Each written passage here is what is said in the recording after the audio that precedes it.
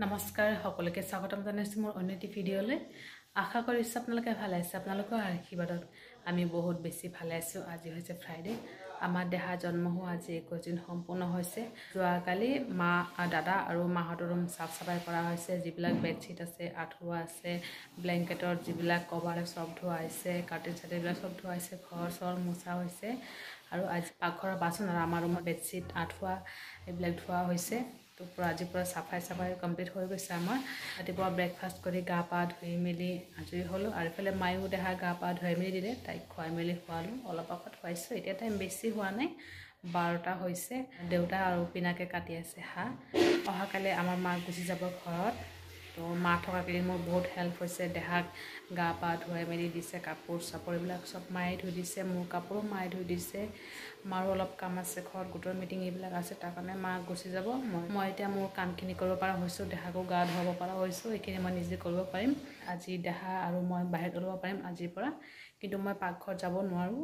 মানে এতিয়া ভাত চাত বনাব নোৱাৰোঁ। 1 মাহ সম্পূৰ্ণ হ'লে আমাৰ এইটো ৰুমত নাৰায়ণ পূজা হ'ব, তাৰপিছতহে মই পাকঘৰত গৈ ভাত চাত বনাব পাৰিম। কিন্তু এইটো ৰুমৰ পৰা বাহিৰত ওলাব পাৰিম, দেহা ওলাব পাৰিব, ময়ো ওলাব পাৰিম। তো আজি অলপ নিয়ম আছে, গম নাপাওঁ কি নিয়ম আছে, তো সেইটো কৰা হ'ব দেহাক।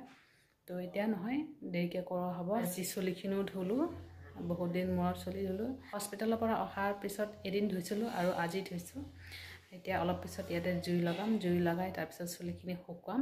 তো আজি ভিডিঅ'টো এনেকৈ ষ্টাৰ্ট কৰিছোঁ, আপোনালোকে চাই থাকিব শেষলৈকে। দিনটোত কি হয় কি নহয় আপোনালোকক দেখুৱাব চেষ্টা কৰিম। এইফালে আমাৰ দেহা ধুনীয়াকৈ শুই আছে।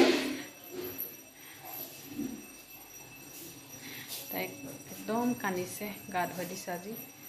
কান্দিছে গা ধোৱা টাইমত। জুই লগাইছিলে ঘৰৰ ভিতৰত, হ'লেও মানে গৰম পানীৰে গা ধুইছে, হ'লেও ঠাণ্ডা লাগে হৈ আছে। আজি ৰঙা পৰি হৈ গৈছে আমাৰ দেহা। আজি লাল পৰি। আইতাকে পৰি নামে থৈছে। আইতাক পিনাকৰ মাকে পৰি বুলি মাতিব। পিনাকৰ মাকে পৰি নাম থৈছে, পৰি মাতিব। ৰাইজ ইফালে মই শাৰী পিন্ধি ৰেডি আৰু দেহা এইফালে। দেহাকো ৰাতিপুৱাই কাপোৰ চাপোৰ পিন্ধাই দিলোঁ, নতুন কাপোৰ, গা ধোৱা টাইমত। দেহা নিয়ম হৈ গৈছে, মোৰখিনি বাকী আছিলে। পাতি এনেকৈ ধান লোৱা হৈছে আৰু জাতিলাওৰ আগ। তো এইবিলাক চাৰিওটা কোণত মেলি দিব দিছে। তাৰপিছত থেতেলি ধানৰ পৰা চাউল উলিয়াই মুখত লৈ কুলকুলিয়াই পেলাই দিব দিলে। তাৰপিছত মায়ে গংগা পানী ছিটিয়াই দিলে। তাৰপিছত দেহাক সূৰ্য দেখুৱালোঁ, সূৰ্য দেখুৱাই মাহঁতক সেৱা কৰিলোঁ আৰু দেউতাকো সেৱা কৰি তাৰপিছত আহি গ'লোঁ। ৰাইজ আমাৰ 21 দিনৰ নিয়ম কমপ্লিট হৈছে আৰু 30 দিনৰ নিয়ম বাকী আছে। সেইটো মানে নাৰায়ণ পূজা হ'ব, তাৰপিছতহে মই পাকঘৰত যাব পাৰিম। আৰু ৰাতিপুৱা ভাত খাইছিলোঁ 10টা মানত। একদম এতিয়া বহুত ভোক লাগিছে আৰু মাহঁতে কাম চাম কৰি মেলি থাকোঁতে আৰু এতিয়া টাইম হৈ গৈছে, 1:30 পাৰ হৈ গৈছে। ভোক লাগিছে, মাক কওঁ চাহ বনাই দিবলৈ, কিবা খাওঁ। আৰু আজিতো ভাত খাওঁতে বহুত টাইম লাগিব, এতিয়ালৈকে জুইয়ে লগোৱা নাই চোলাত। তো জুই লগাই ভাত চাত বনাব, তাৰপিছতহে খাম। বহুত দেৰি আছে, আজি ভাত খাওঁতে 4টা বাজি যাব। কাপোৰটো চেঞ্জ কৰি ল'লোঁ আৰু এতিয়া খাই আছোঁ চাহ মুড়িৰ লগত। কেক আছিলে, কেকটো ক'ত বা থ'লে বিচাৰি নাই পোৱা মাহঁতে, আৰু তাৰ কাৰণে খাই আছোঁ মুড়িৰ লগত চাহ। আজি ভাত খাওঁতে 4টা বাজিব আমাৰ। মুড়ি আৰু এইফালে লাল চাহ। ৰাইজ এতিয়া ভাত খাম আৰু এইফালে দেহাও শুই আছে, মায়ে ভাত লৈ আহিছে। তিতা কেৰেলা আলু ভাজি আৰু এইফালে শিঙি মাছ, ফুলকবি, কাচকলৰ লগত ভাত পানী খাই মেলি বহি আছোঁ। আৰু এইফালে দেহা শুই আছে, মই বহি আছোঁ জুইৰ ওচৰত। পিছফালে জুই লাগি আছে আৰু চুলিখিনি শুকাব দিছোঁ। জুই আৰু চুলিখিনি শুকাব দিছোঁ। চুলিখিনি ৰাতিপুৱাই ধুইছিলোঁ যে একদমেই নাই শুকোৱা। আৰু নহওঁ, দেহাই শুই আছে, অকলে শুই থাকক। বাপেকে অলপ ওলাই গৈছে।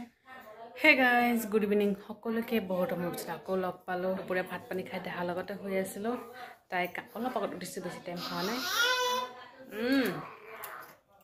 তাইক কান্দিলে, কান্দা শুনা পাই ময়ো উঠি গৈছোঁ। তাৰপিছত তাই একদম লৰচৰ কৰি আছে আৰু মায়ে দি গৈছে চাহ আৰু চুজি বনাইছিলে, সেইটোৱে খাই লওঁ পটাপট। দেহা এইফালে কোচমোচাই আছে। ৰাইজ ৰাতিত ভাত পানী খাই মেলি আজৰি হ'লোঁ আৰু পিনাহঁতেও খাই আছে, মাহঁতেও খাই আছে, মই দেহাৰ লগত আছোঁ। আৰু মই দুপৰীয়া হাঁহৰ মাংস নাই খোৱা। শিঙি মাছৰ জোল আৰু তিতা কেৰেলা ভাজিৰে খালোঁ। আৰু এতিয়া খাইছোঁ হাঁহৰ মাংস, কমকৈ খালোঁ, যদি দেহাৰ পেট বেয়া হয়। আৰু এতিয়া শিঙি মাছৰ জোল খোৱা নাই। মায়ে আকৌ এতিয়া হাঁহৰ মাংস নাখায়, তাৰ কাৰণে মাৰ কাৰণে ৰাখি দিলোঁ। আৰু আলু ফ্ৰাই কৰিছে, সেয়ে খালোঁ। তো ভিডিঅ'টো ইয়াতে সামৰিছোঁ ভিডিঅ' কেনেকুৱা লাগিছে আপোনাক কমেণ্টত জনাব আৰু চেনেলটো ছাবস্ক্ৰাইব কৰি দিব অন্য এটা ভিডিঅ' সৈতে আকৌ লগ পাম ভালে থাকিব আপোনালোকে বাই বাই গুড নাইট